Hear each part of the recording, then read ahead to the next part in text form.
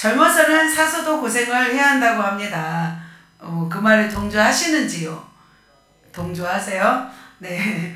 저희 집에도 이번에 귀한 동역자님이 10개월 동안 본토와 아버지 집을 떠나 지금 부산에 가셔서 살면서 시험을 치르고 무사 귀환했습니다.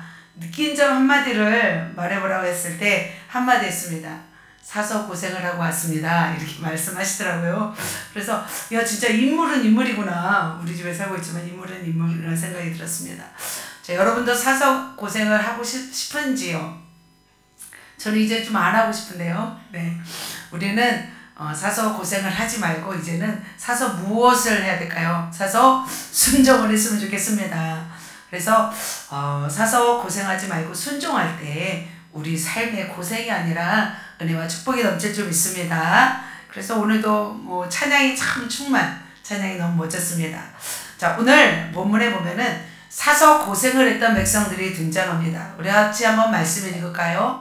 당신은 늙고 당신의 아들들은 당신의 행위를 따르지 아니하니 열방과 같이 우리에게 왕을 세워 우리를 다스리게 하소서 한지라. 그것을 사무엘이 기뻐하지 아니하여 여호와께 기도하매 여호와께서 사무엘에게 이르시되 그들이 너를 버림이 아니요 나를 버려 자기들이 왕이 되지 못하게 함이니라. 사무엘의 전파되니라. 6절 7절까지. 자, 오늘 핵심이 뭔지 아시겠죠?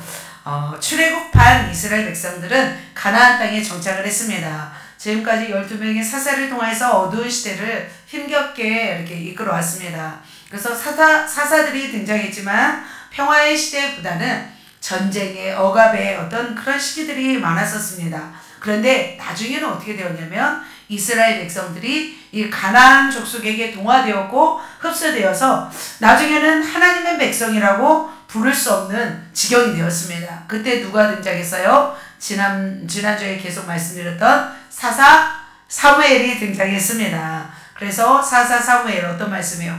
사무엘의 말이 온 이스라엘에 전파되니라.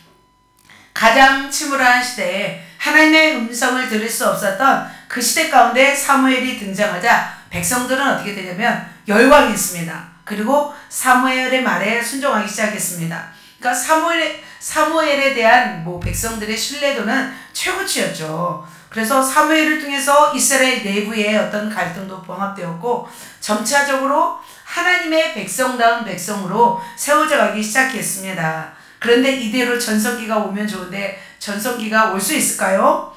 네, 또 문제가 발생했습니다. 누구 때문에 또 발생했을까요? 또 발생하기 시작합니다. 바로 사무엘의 두 아들이 문제였습니다.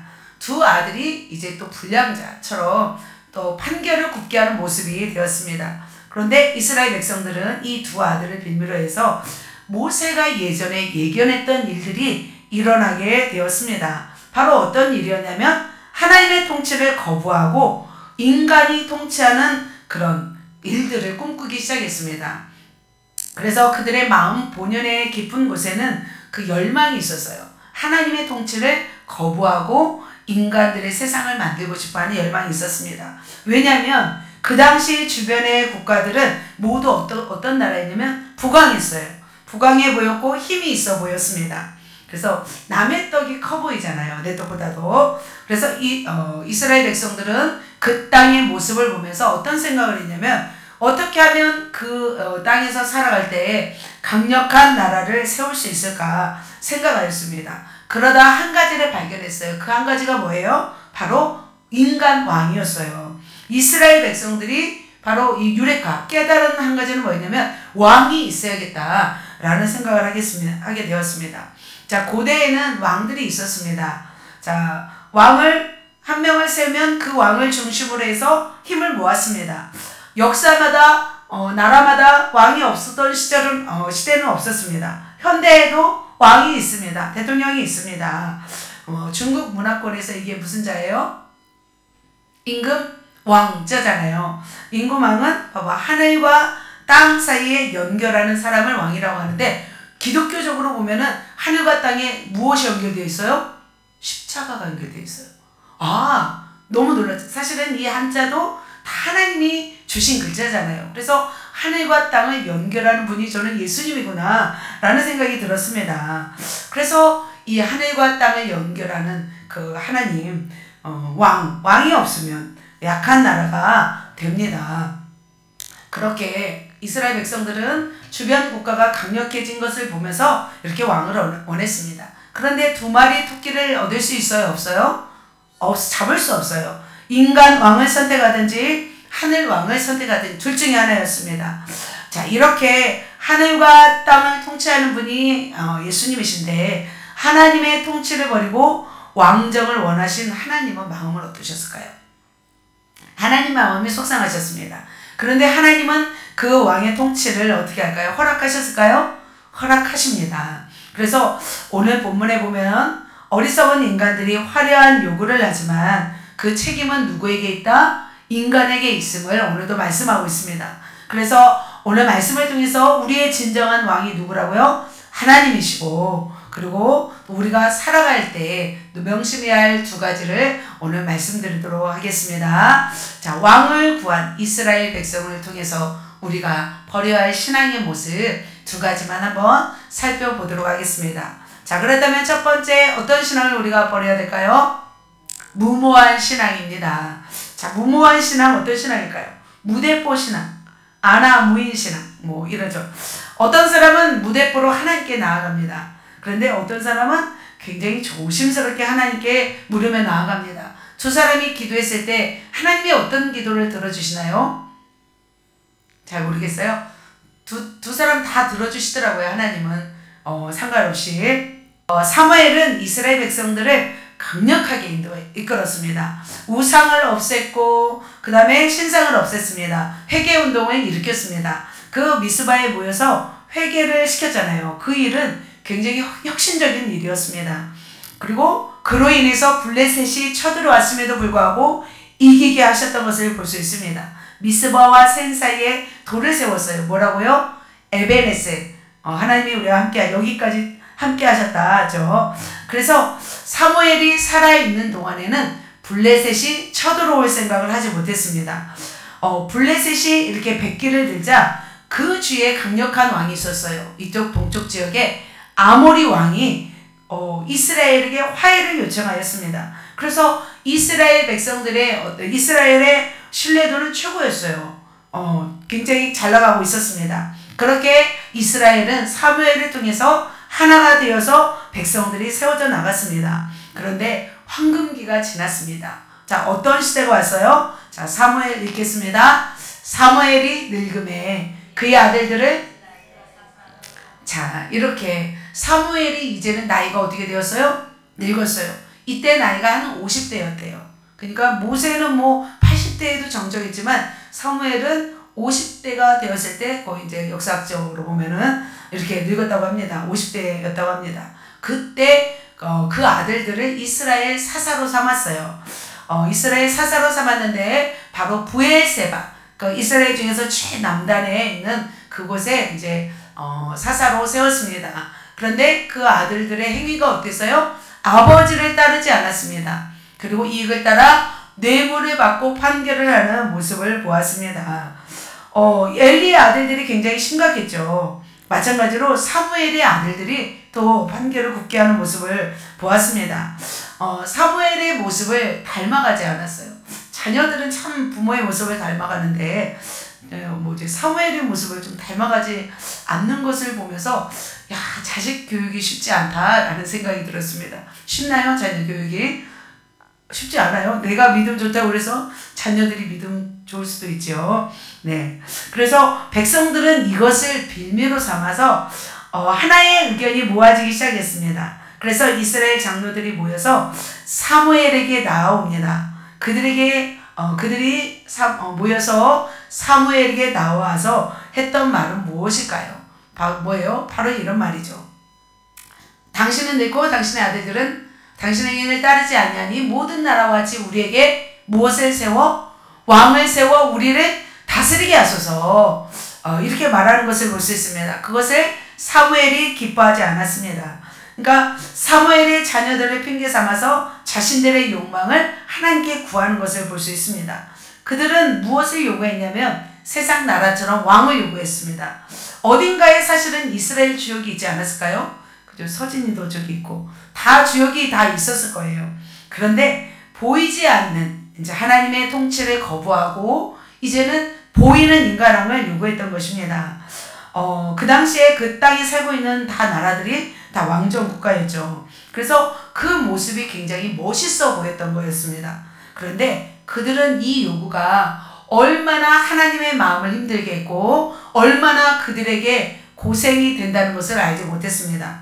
겉으로 보이기에는 굉장히 화려했잖아요. 화려함을 추구하는 것이었습니다. 세상적이고 정욕적이고 어떤 인간 중심의 어떤 그런 삶을 사회를 이끌어가려고 했던 그런 행위라고 볼 수 있습니다. 그런데 하나님은 이 일을 아셨을까요? 모르셨을까요? 이 일을 다 아셨어요. 이스라엘 백성이 가나안 땅에 들어가면 어떻게 될지를 아셨어요.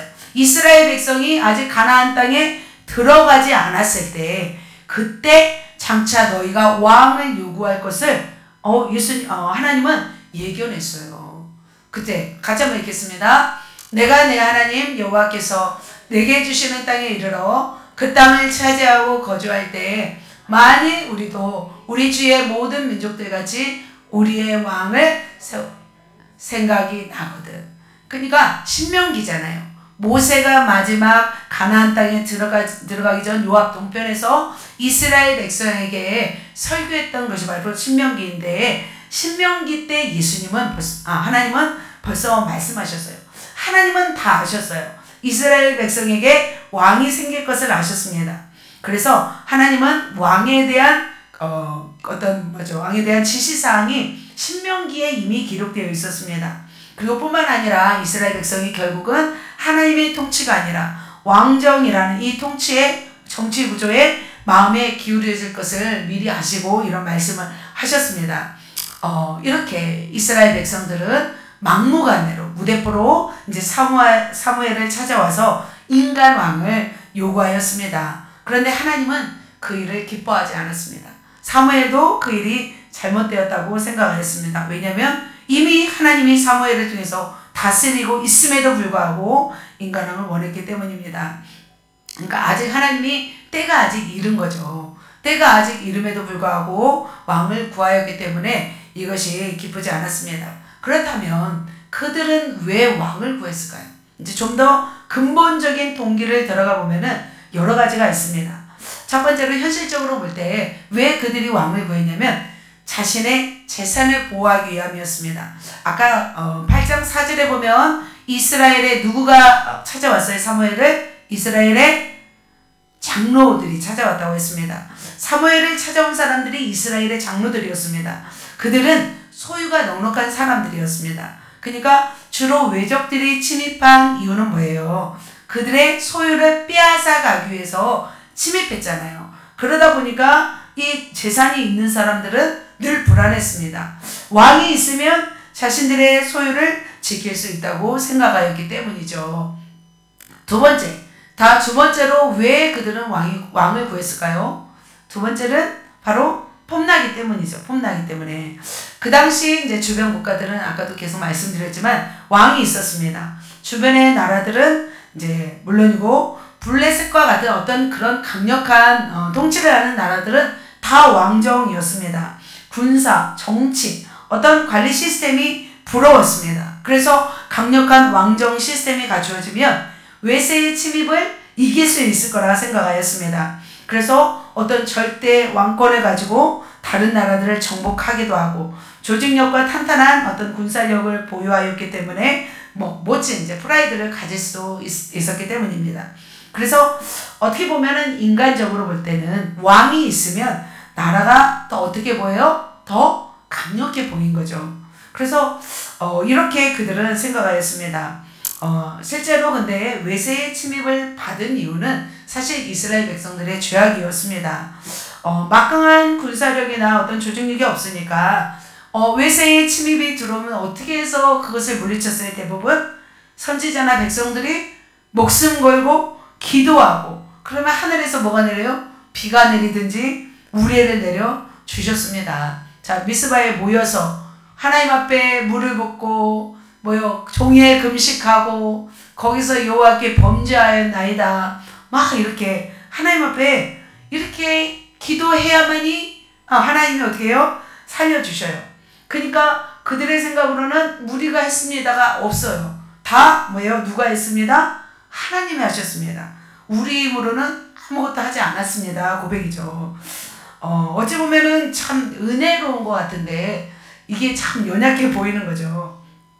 이제 예전에 이제 신학교 다닐 때 이제 두 부류가 있더라고요. 신학생 중에서도 신학생은 돈이 많아서 능력이 많아서 하나님의 어떤 도우심 없어도 이제 등록금을 막 바로 내고 신학교 다니는 사람이 있더라고요. 그리고 또 어떤 사람은 돈이 없어서 하나님께 애타게 금식하고 기도하여서 기적적으로 하나님이 내주시는 어떤 그런 은혜를 경험한 사람이 있었습니다. 여러분 전자가 폼이 납니까? 후자가 폼이 납니까? 응? 후자요? 후자도 한두 번 해야지. 매 학기마다 그래봐요. 6학기 내내, 8학기 내내 막 질질 짜고 막 얼마 힘든데요. 그게 저는 그렇게 살아가지고 알아요. 훨씬 더 그래요. 오히려 믿지 않은 사람들이 더 오히려 뭐 부유한 사람들이 더 배부르고 폼나게 보이는 것을 볼 수 있습니다. 그런데 우리는 이 땅에서 어떤 그런 폼나는 인생이 아니라 정말 하나님께 영광 올려드려서 하나님께서 어떤 하나님께서 함께 하신 나라에서 영원히 폼나면서 사셨으면 좋겠습니다. 자, 세 번째로 그렇다면 왜 그들은 또 한번 왕을 요구했을까요? 마지막 세 번째는 바로 뭐냐면 간섭받지 않고 살고 싶기 때문이죠. 그리고 이제 뭐요? 이제 나이가 50인 사무엘을 어떻게 하라는 거예요? 이제 물러나라는 거죠. 이제 사무엘도 어떤 전성기가 떠났고 지났고 나라도 어느 정도 평안해졌습니다. 그런데 그 이전에는 어려움들이 굉장히 많았어요. 하나님을 버리고 우상을 숭배하니까 외부의 세력들이 많았습니다. 그러면 사무엘 선지자는 어떻게 했어요? 왜 어려움이 왔는지 백성들에게 통해 자복하게 하고 우상을 제거하게 하고 하나님을 섬기게 하는 것을 볼 수 있습니다. 자, 이렇게 7장 3, 4절 보면은 7장 3, 4절 보면은 자 이렇게 너희 중에서 막 이방신들과 아스라소를 제하고 너의 마음을 하나님께로 향하여 섬기라 이렇게 말씀. 그때서야 이제 비로소 블레셋에서 구원해 주신 것을 볼 수 있습니다. 그러니까 하나님께 회개하고 빌어야만이 하나님이 쫓아내 주셨습니다. 그런데 왕이 있으면 어떻게 해요? 왕이 이제 알아서 쫓아내 주는 거죠. 쳐들어오면은. 싸우면 되니까 편한 거예요. 왕이 없으면 그 울타리 안에만 있으면 얼마든지 이제는 뭐 적어도 안 해도 되고 회개 안 해도 되고 그냥 살아갈 수 있기 때문이죠. 자기 마음대로 이제 살아갈 수 있기 때문에 그들은 왕이 요구했던 것을 볼 수 있습니다. 그렇다면 이렇게 왕을 요구하는 이스라엘 백성에게 하나님은 어떻게 할까요? 그들에게 어떻게 해요? 들어주실까요? 안 들어주실까요? 들어주세요. 자, 어떤 사람을 들어주시냐면 읽겠습니다. 시작. 기스에게 아들이 있으니 그의 이름은 사울이요 준수한 소년이라. 이스라엘 자손 중에 그보다 더 준수한 자가 없고 키는 모든 백성보다 어깨만큼 더 컸더라. 자, 왕을 요구하는 그 이스라엘 백성에게 어설픈 사람을 주지 않아요. 확실한 사람을 줘요. 인간 중에서 가장 멋지고 가장 준수한 그런 사람을 왕으로 보냅니다. 누구냐? 가장 보니까 저는 박보검을 더 좋아하는데 차은우가 더 잘생겼더라고. 보니까 차은우 키가 크고 190 되잖아요. 키가 크고 잘생긴 사람을 왕으로 준 것처럼 사울왕을 준 거예요. 사울을. 최고의 멋진 사람을. 자, 키도 크고 잘생기고 준수하면서 뭐까지 했어요? 겸손하기까지 했습니다. 자, 이런 사람이 이제 우리나라 왕이 되면 대박이겠죠. 예나가 왔으면 좋았을 텐데 예나가 안 오네. 그러죠. 네. 우리 한기. 네. 이런 사람이 왕이 되면 좋겠죠. 바로 사울 왕이 그랬습니다. 봐. 더 준수한 자가 없고 키는 모든 백성보다 어깨만큼 컸더라. 준수한 소년이라 젊은 친구를 이렇게 왕으로 주었던 것을 볼 수 있습니다. 자, 대박이죠. 그렇게 하나님은 백성들이 왕을 원하니까 어떻게 해요? 다 어설픈 사람 안 줘요. 어떤 사람? 최고의 사람을 준 것을 볼 수 있습니다. 그러면서 또 하나님은 플랜 B를 이루어 가십니다. 기스에게는 이렇게 큰 아들이 있었습니다. 사울의 이 사람은 굉장히 그리고 겸손한 사람이었습니다. 하나님께서 어떤 이제 알리바를 조성하게 되냐면 이 사울이 갑자기 왕이 될 수 없잖아요. 그래서 일들을 꾸며는 것을 볼 수 있습니다. 기스는 재산이 많았습니다. 땅도 넓었습니다. 굉장히 소유가 많은 사람이었습니다. 그런데 기르던 암나귀가 울타리를 넘어서 달아났습니다. 그러자 기스는 아들에게 시켜서 암나귀를 찾아오라고 합니다. 그래서 잘생긴 사울의 아버지가 이제 암나귀를 찾아오라고 하니까 잘생긴 사울이 잃어버린 암나귀를 찾으러 떠납니다. 종을 데리고 이제 굉장히 많은 곳으로 돌아다닙니다. 암나귀를 잃고 그 아들을 이르되 너는 일어나 사원을 데리고 가서 암나귀를 찾아라. 그래서 에브라임 산간 지역을 다 찾아다녔고 북쪽 살리사 지역도 다 찾아다녔습니다. 그러다가 어느 땅에 도착하게 됐냐면 우연하게 숲 땅에 이르게 되었습니다. 숲 땅에 이르자 이제 돌아가자. 이 아버지가 걱정하겠다. 돌아가자 할 때 바로 종이 말합니다. 이곳에 선견자가 있으니 그 선견자에게 찾아달라고 말하게요. 라고 말합니다. 그리고 나서 바로 사무엘이 있는 곳으로 찾아갑니다. 그런데 사울이 사무엘을 향하여서 찾아갈 무렵에 하나님은 사무엘에게 말씀하십니다. 내일 이맘때에 베냐민 사람이 오는데 그에게 기름을 부어 이스라엘의 지도자로 삼으라. 이렇게 말하는 것을 볼 수 있습니다. 그래서 사무엘은 이제 왕을 요구했잖아요. 백성들이. 그 소원을 들어주라는 하나님의 말씀을 듣고 과연 누가 이스라엘의 왕이 될까 궁금하였던 차였습니다. 그런데 산당을 향해서 걸어오고 있는 젊은 사울을 보았습니다.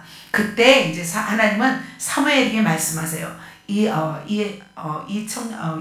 소년인데 이에게 기름을 부어 왕으로 세우라 라고 합니다. 그래서 10장 1절에 보면은 사울에게 기름병을 가져다가 사울의 머리에 붓고 바로 지도자로 세우는 것을 볼 수 있습니다. 사무엘은 속히 이 일들을 추진합니다. 바로 사무엘에게 이렇게 영이 임합니다. 새 사람이 됩니다. 그리고 나서 제비 뽑기를 하죠.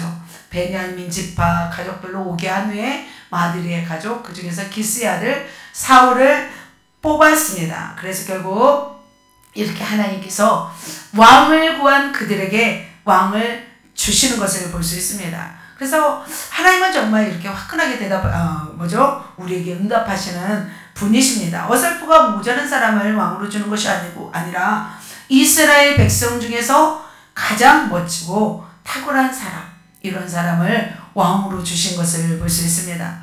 사랑하는 성도 여러분, 이스라엘 백성은 하나님의 통치를 받고 있음에도 불구하고 동시에 무엇을 요구했어요? 인간 왕을 요구했습니다. 자신들의 재산을 지켜줄 왕, 자신들의 나라를 폼나게 할 왕, 하나님을 떠나 자기 멋대로 살아가기 위해서 왕이 그들은 필요했습니다. 그런 어떤 근본적인 배신적인 마음을 가진 그 요구에 하나님은 어떻게 하세요? 최고의 사람으로 허락해 주는 것을 볼 수 있습니다. 이스라엘 백성 중에서 가장 멋진 사람을 뽑아서 기름 부어서 왕으로 세우십니다. 최고의 사람으로 그렇다면 왕으로 세워주신 것에 그들은 감사해야 될까요? 우리는 감사해야 될까요? 우리는 한번 생각해 봐야 될 줄 믿습니다.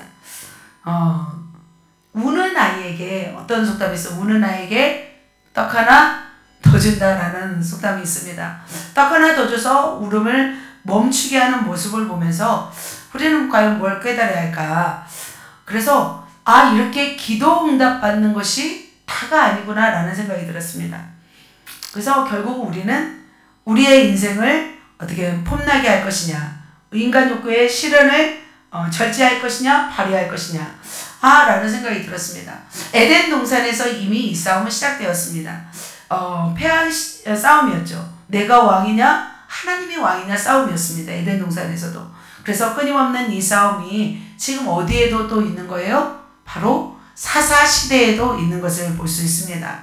그렇다면 이렇게 백성들은 왕을 구했다면 지금 오늘을 살고 있는 우리는 무엇을 구해야 될까요? 우리는 바로 인간왕을 구하는 것이 아니라 누구를 구하면 돼요? 하나님을 구하면 될 줄 믿습니다. 그래서 그들은 인간을 구했다면 우리는 하나님을 구하는 것입니다. 우리가 하나님을 구하고 하나님을 찾고 하나님이 내 삶 가운데 내 인생 가운데 역사해 달라고 치유해 달라고 우리는 구해야 될 줄 믿습니다. 그래서 내가 오늘도 예수로 충만하고 오늘 말 찬양한 것처럼 내가 예수로 충만하고 예수로 넘치면 우리 삶 가운데 천국을 이룰 줄 믿습니다. 여러분 하나님을 열망하십니까? 아멘. 하나님을 열망하시게요. 하나님으로 목마르십니까? 아멘. 우리 하나님으로 채우시게요. 그렇다면 하나님께서 여러분을 귀찮아하시는 것이 아니라 여러분에게 임하셔서 오늘도 우리의 왕으로서 우리를 지도하실 줄로 믿습니다. 또 하나 우리가 배워야 할 것이 있습니다. 그들을 통해서 우리가 버려야 할 신앙 두 가지. 두 번째는 뭘까요? 읽겠습니다. 건성. 제가 이렇게 특별한 뭘 이렇게 뽑아야 되는데 단어가 생각나지 않아서 귀담지 않는 신앙. 건성 신앙이라고 했습니다. 건성 신앙. 자, 백성들이 왕을 요구했습니다. 사무엘은 불편한 심기를 가질 수가 없었습니다. 그래서 장로들을 다 돌려보낸 후 사무엘은 기도하기 시작했습니다. 사무엘이 굉장히 어렸을 때부터 했었잖아요. 인생 거의 50년을 하나님과 성전과 백성들을 위해서 살았습니다. 그럼에도 불구하고 이제 백성들은 사무엘이 이제 늙었기 때문에 내려오라고도 하고 그 자녀들에 대해서도 이제는 그들을 인정하지 않는 것을 볼 수 있습니다. 그의 아들들을 빌미로 삼아서 이제는 자신들의 뜻을 이제 굽히지 않고 이제는 또 왕을 구했기 때문에 사무엘의 마음은 굉장히 아팠습니다. 그래서 늦은 시간까지 기도하기 시작하였습니다. 그런데 이렇게 사무엘이 기도하고 있었을 때 하나님의 마음을 또 알게 되었습니다. 자, 하나님의 마음은 어떤 마음이었을까요? 시작. 여호와께서 사무엘에게 이르되 이제 백성이 내게 단말을 다 들으라. 이는 그들이 너를 버림이 아니요 나를 버려 자기들의 왕이 되지 못하게 함이니라. 자, 사무엘보다 누가 더 불편하고 서운하셨어요? 바로 하나님이 더 불편하고 서운하셨습니다. 이스라엘 백성이 사무엘을 외면하는 것이 아니었어요. 누구를 외면했어요?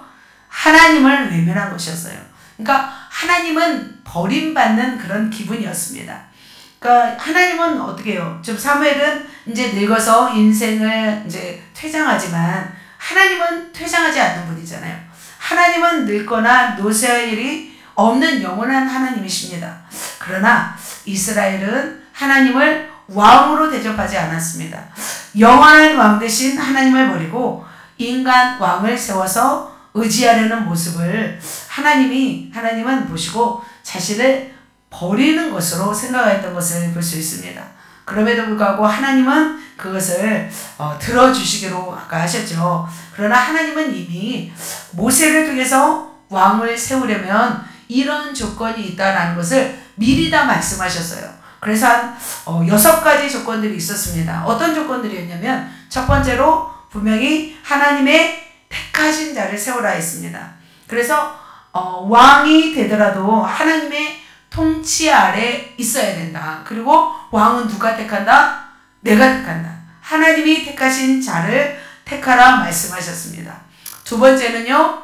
내 형제 중에서 택하라 말씀하셨습니다. 그래야만이 이스라엘 신기하잖아요. 한국의 왕인데 미국 사람이 아니잖아요. 그죠? 일본의 왕이 한국 사람이 아니잖아요. 모든 나라의 왕은 자기 나라 사람이었어요. 왜냐하면 그래야 자기 민족을 사랑하고 다스리기 때문입니다. 자, 세 번째로 보면은 무엇을 두지 말라? 병마를 두지 말라 했습니다. 왕이 되면은 멋진 병마 군사를 갖고 싶어 했습니다. 그의 말의 효능이 대단했기 때문이죠. 그리고 또 왕이 되면 무엇을 많이 두지 말라?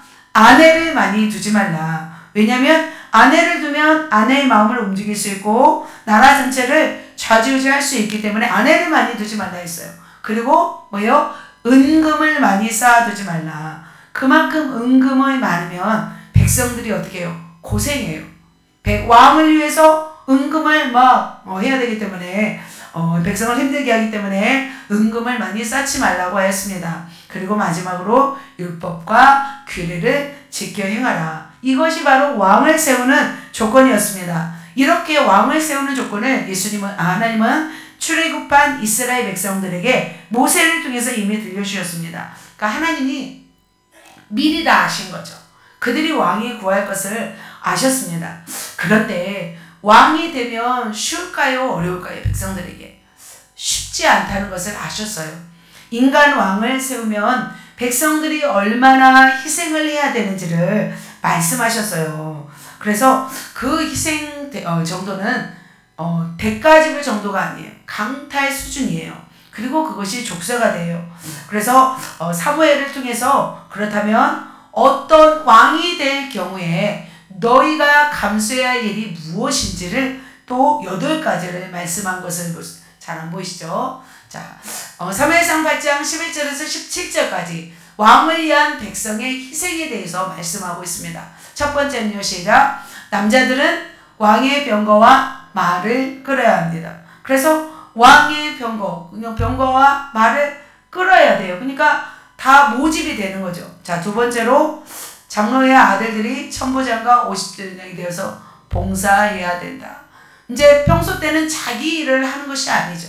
나라 일을 하고 왕의 일을 해야 됩니다. 세 번째로 왕의 밭을 갈고 곡식을 거두며 무기와 병거 만드는 일을 해야 된다. 그래서 왕이 먹을 밭을 갈아야 돼요. 왕이 한 사람만이 아니잖아요. 왕의 신하, 왕의 또 자녀들, 왕의 식구들, 그 밭을 갈고 곡식을 거두며 또 무기와 병거 만드는 일을 해야 돼요. 사실은 없으면 하나님이 그냥 우레 내려주면 되고 비 내려주면 되고 뭐 이렇게 해버리면 쉽잖아요. 그런데 왕이 되면 어떻게 해요? 싸워야 되니까 이 많은 일들을 해야 되는 거죠. 또 뿐만 아니라 자, 세 번째까지는 남자들의 역할이었습니다. 또 네 번째는 또요. 자, 네 번째는 시작.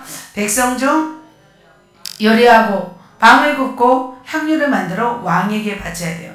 그러죠. 백성 중 여자들은 이제 요리를 해야 돼요. 빵을 굽어야 되고 향유를 만들어야 되고 왕에게 바쳐야 돼요. 그리고 수많은 궁녀들이 또 자기의 딸들을 궁녀로 또 드려야 되죠. 그리고 다섯 번째는 밭과 포도원, 올리브밭. 그러니까 어떤 소산물 중에서 최상급을 왕에게 진상해야 되는 거죠. 그리고 여섯 번째는 곡식과 포도주의 몇 10분의 1을 바쳐야 되는 거죠. 일곱 번째는 남종과 여종, 뛰어난 젊은이들, 그리고 최상급의 짐승들을 바치래요. 그리고 마지막에서는 양떼 중에서 11마리는 왕에게 바쳐야 돼요. 그러니까 왕에게 부여되는 대우는 어때요? 파격적이죠. 왕은 좀 될만하죠.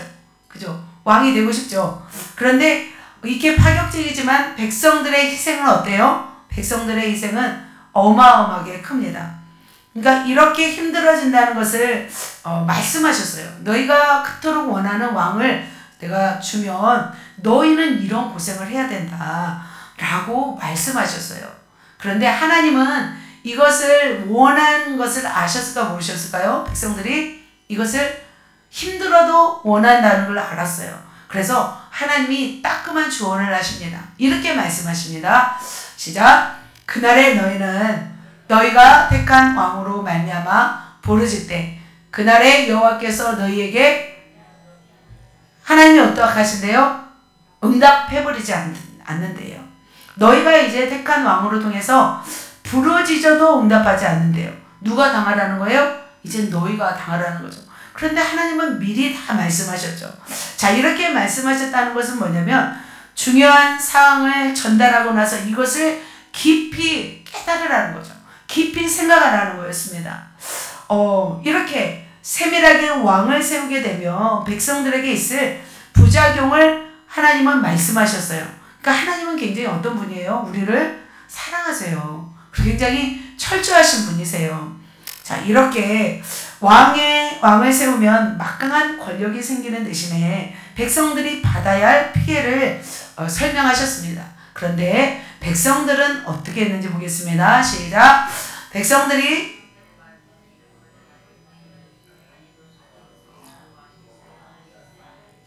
그들의 반응은 어땠어요? 그들은 왕이 있어야겠습니다. 그러니까 하나님의 말씀을 어떻게 들은 거예요?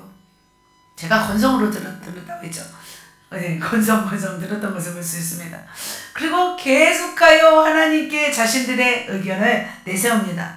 백성들은 사무엘의 말을 듣기를 거절했습니다. 우리에게도 왕이 있어야 합니다. 우리도 열방과 같이 되어야 합니다. 우리 왕이 우리를 다스리며 우리 앞서 나가서 우리의 싸움을 싸워야겠습니다. 하면서 바로 선지자의 말을 귀통으로 들었습니다. 그런데 어떻게 돼요? 나중에 반드시 그거에 대한 책임이 따르는 것을 볼 수 있습니다. 예전에 예수님을 십자가에 못 박으라고 군중이 막 소리쳤잖아요. 그때 빌라도는 어떻게 했어요? 나는 이 사람의 피에 대하여 나는 무죄하니 너희가 당하라 하면서 손을 씻었습니다. 피값을 담당하지 않겠다는 거예요. 그때 군중과 백성들이 뭐라고 했는지 아세요? 바로 이런 말을 했어요. 백성이 다 대답하여 이르되 그 피를 우리와 우리 자손에게 돌릴지어다. 예수님의 피값을 유대인들이 어떻게 하겠대요? 자기들이 자기와 자기 후손들에게 돌릴지어다. 돌려달라고 했습니다. 그런 다음에 어마어마한 일들이 일어났죠. 2000년 동안 나라 잃고 홀로 다니면서도 1945년 홀로코스트 유대인에게 일어났어요. 대학살이죠. 독일 나치스에 의해서 자행된 유대인 대학살 600만 명가량이 죽었어요. 그 당시에 유럽 인구가 880몇만, 7만인가? 거의 900만 명 중에서 600만 명이 죽었습니다. 그래서 유대인 포로 수용소의 인종 청소라는 명목 아래 600만 명이 유대인이 학살되었습니다. 뿐만 아니라 사회적 권리 박탈, 재산 몰수, 강제 수용소에서 강제 노역을 동원하거나 생체 실험, 가스에서 죽었습니다. 그래서 유대인들은 2000년 동안 나라를 잃고 흩어지게 되었습니다. 바로 유대인들이 그랬잖아요. 예수님의 십자가에 못 박아 죽으실 때 그 피를 우리 후손에게 돌리소서. 그 말이 이렇게 끔찍한 사건이 될 줄은 몰랐습니다. 그렇다면 아우슈비츠 결국 하나님을 섬기는 조건을 거부한 이스라엘 백성은 어떻게 되었을까요? 실제가 되었습니다. 인간함을 세움으로 인해서 깊이 그 피해를 경험하였고 실제가 되었습니다. 그래서 사울왕을 위해서 백성들은 세금을 냈습니다. 왕권을 유지하기 위해서 수많은 자녀들이 유린당했습니다. 그래서 마지막에 사무엘이 이렇게 말하고 있어요.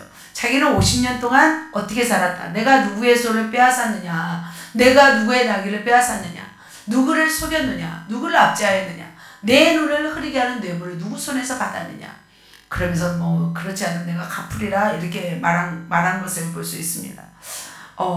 이렇게 25년 사역하면서 사무엘이 왕처럼 했죠. 하나님 왕을 대신한 대사였죠. 그럼에도 불구하고 사무엘은 전혀 너희들을 빼앗지 않았고 속이지 않았고 압제하지 않았다. 그러나 왕인 사무엘은 이제는 압제하게 될 것이고 빼앗을 것이고 이제는 너희를 어떻게 해요? 속이게 할 것이다. 이런 거죠. 그러면서 패배한 원인, 이스라엘 때로는 패배한 원인이 강력한 왕이 없어서가 아니고 정말 죄악 때문이다. 그러면서 너희가 왕을 구한 것이 얼마나 잘못된 것인지를 이제 잘못된 것이 맞다면 지금 하나님께서 말씀하실 거라고 말합니다. 이스라엘 백성들 다 모아놓고요. 그때 하늘에서 어떠한 일이 있냐면 이런 일이 있습니다. 밝히 내가 아뢰리니 우리와 비를 내리사 너희가 왕을 구한 일 이것이 큼을 알게 하시리라. 왕을 구한 일이 얼마나 큰지를 내가 보여주리라 말씀하시죠. 하나님이 만약 그 뜻이라면 그러자 하나님이 어떻게 해요? 하나님이 무엇을 보내요? 우레와 비를 보내십니다. 그러자 모든 백성이 여호와와 사무엘을 크게 두려워하는 것을 볼 수 있습니다. 그러면서 백성들이 고백하죠. 우리의 모든 죄에 무엇을 구하는 일을 더하였나이다. 왕을 구하는 일을 더하였나이다. 그 당시는 바로 4월에서 5월이래요. 그래서 비가 전혀 내리지 않는 그 시기에 바로 비가 우레가 내린다면 그것은 하늘의 징조였습니다. 그래서 이 초자연적인 기상 현상을 보여줌으로 인해서 정말 메시지가 되었던 것을 볼 수 있습니다. 그제서야 백성들은 자신들이 무슨 잘못을 했는지 깨달아요? 안 깨달아요? 그제서야 깨달았습니다. 그래서 하나님께 왕을 구한 것이 얼마나 큰 죄인지를 깨닫게 됩니다. 그러면서 쏟아지는 비를 보면서 하나님과 사무엘을 크게 두려워합니다. 그런데 이처럼 두려워하고 또 하나님 앞에 죄를 지었습니다 하면은 하나님은 또 어떠한 분이시냐면 하나님은 또 마음을 또 돌이키시는 분이더라고요. 그러면서 너희가 이제는 내 말씀대로 순종하면 난 너희에게 축복하기를 원한다. 너희 백성들이 이제는 왕이 옳게 행동하고 백성들이 하나님을 섬긴다면 계속해서 내가 축복하시겠다고 또 다음 절에 말씀하고 있습니다. 그러자 사무엘은 또 마지막까지 이 말씀, 유명한 말씀을 합니다. 같이 한번 읽겠습니다. 나는 너희를 위하여 기도하는 이르시는 자를 여호와 앞에 결단코 범치 아니하고. 그래서 이제부터는 내가 너희를 위해서 내가 기도하기를 쉬지 않겠다. 백성들은 왕을 구한 것을 회개하고 나니까 사무엘은 그 백성들을 위해서 이렇게 기도하는 죄를 범치 않겠다라고 고백한 것을 볼 수 있습니다. 사랑하는 성도 여러분, 오늘 말씀이 좀 무거운 말씀이긴 하지만 이 말씀을 통해서 여러분 무엇을 깨닫습니까? 하나님은 좋으신 하나님이세요. 그래서 하나님은 우리의 삶 가운데 모든 것을 미연에 방지하기 위해서 말씀하시는 분이에요. 그래서 왕의 권한이 얼마나 막강한지 그리고 백성의 장로들에게 끼치는 손해가 얼마나 큰지를 보여주셨습니다. 그리고 왕을 구하고 나서 또 왕을 위해서 희생을 감수해야 하는 것을 말씀하셨습니다. 그럼에도 불구하고 이스라엘 백성은 어떻게 해요? 하나님의 말씀을 어떻게 들었어요? 근성으로 들었습니다. 하나님의 말씀은 가벼운 것이었어요. 하나님의 말씀은 우리가 귀담아 들어야 될 줄 믿습니다. 그래서 왕을 세움으로 인해서 피해가 굉장히 컸음을 알게 됩니다. 나중에 이제 이스라엘 백성들이 고통이 있습니다. 므낫세와 같은 왕을 통해서 어떻게 했어요? 결국 이스라엘 백성들은 포로가 됐잖아요. 그 왕을 통해서 솔로몬을 통해서 이스라엘 백성들은 20년 동안 건축 현장에 끌려갔어요. 그래서 13년간은 자신들의 왕궁을 짓기 위해서 건축을 했고 7년은 또 뭘 했어요? 성전을 짓기 위해서 7년 동안 수고를 했던 것을 볼 수 있습니다. 이처럼 왕을 통해서 나라가 두 개로 갈라지는 그런 일이 있었습니다. 왕을 구한 일이 얼마나 악한 일이 될지는 꿈에도 모르는 엎질러진 물이었습니다. 그렇다면 오늘을 살아가는 우리는 어떻게 해야 될까요? 우리는 새겨야 들어야 될 줄 믿습니다. 부산으로 가는 예를 들면 내비게이션에는 어떤 도로를 타야 할지 어떤 길로 가야 할지를 인도합니다. 그런데 군데군데 뭐가 있어요? 속도 위반 카메라가 있음을 알아야 합니다. 우리가 하나님 나라를 위해서 교회를 또 위해서 또 살아가는 동안에 우리는 바로 살아갈 때 주의사항을 말씀하실 때 그 말씀들을 우리는 귀담아 들어야 될 줄 믿습니다. 사랑하는 성도 여러분, 그래서 우리의 결정, 우리의 뜻대로 하는 것이 아니라 우리의 자아를 꺾고 하나님 말씀에 귀 기울이며 그대로 순종하며 살아가는 것이 가장 최선임을 우리가 명심했으면 좋겠습니다. 왕을 구한 말씀을 정리합니다. 왕을 구한 이스라엘 백성 동안 메시지, 우리가 버려야 할 두 가지 모습. 첫 번째는 무모한 신앙, 두 번째 건성신앙. 여러분은 어떤 모습이 있는지요? 여러분의 두 가지 모습이 아니라 진정한 왕의 통치를 받기를 축복합니다. 그래서 우리가 사서 고생하지 말고 사서 순종하여 하나님의 축복을 받는 저와 여러분 되시기를 예수님의 이름으로 축복합니다.